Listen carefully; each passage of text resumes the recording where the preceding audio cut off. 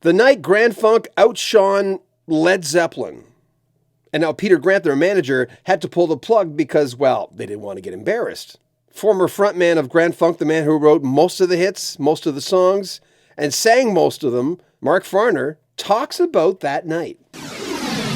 The Zeppelin thing where you guys, I don't think anybody's surprised by the fact that you could blow Zeppelin off because you guys were such an amazing, I mean, you're known as a great live band in Detroit when that happened.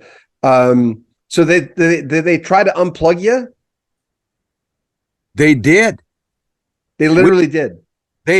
Yes, they literally unplugged everything. The only thing you could hear, brother, was Brewer back there on the drums. And he's got this look on his face like, what the hell? He's looking around. And then Terry Knight comes walking out to the microphone. They turn the microphone on so he can make his brief announcement. Due to contractual obligation, Grand Funk has to leave the stage, and he's going like just trying to get us to, leave the stage. And as he says that, the audience at Olympia went bonkers, and they were going, boo, they throwing wine bottles, whiskey bottles, beer bottles, all this shit came towards the stage, and we're like ducking. Did any of those hit Peter Grant?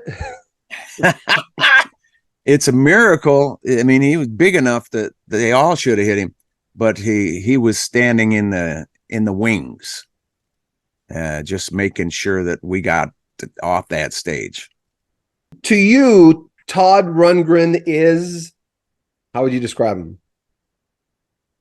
Is a musical genius in his own respect. And a lot of people, they've told me other things that they thought about him. But I think anybody that can set up, that can get the microphones in the right spot without much, it's just his experience and what he's used. And you don't have to put EQ. Every time you add equalization to a microphone, you're adding noise. You know what I'm talking about, the noise floor. And so there's all this noise that gets built up, and Todd did everything from flat. He would duck the frequencies that were preventing him from hearing the frequency, and he showed me this in an example because I was asking him. I said, in the right side of stereo, as I'm standing behind him, he's at the mixing console, that guitar over in the right, I said, don't you think it could use a little like 3.5K? That would actually separate it from the keyboard that's over here in the left channel, because they're sharing that frequency and they're fighting a little bit. He says, yeah, but you don't add more 3.5. You take away the frequencies that are preventing you from hearing the 3.5, leaving 3.5 alone, and ducking those things that are muffling it. And he did that, and I went, dude, the light went on. Bingo! That's it. Wow.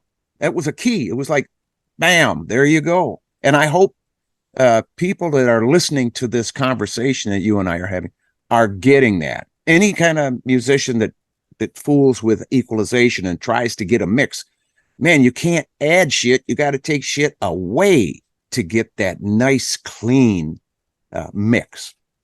We'll have more from Mark Farner in the next few days. Keep looking for the full video in the top of the description. When it's ready, it'll be on all the videos. You'll be able to access it. If you're a member of our Patreon, you'll already be able to access it. All the information at the very top of the description. We have brand new Rock History Music hats. We're very excited about this because people have been bugging us for baseball caps forever. There's 2 different kinds. There's links at the top of the description. You can donate to the channel or join that Patreon we told you about. Mark Farner has a brand new segment on his website, markfarner.com, which is called Farner Chords, where you can learn how to play like he does. It's for advanced users, but if you're there, check it out. Links in the description. And of course, comment on our videos, share our videos on social media, subscribe to the channel, and like our videos. I'm John Beaudin. This is Rock History Music. Take care of yourself.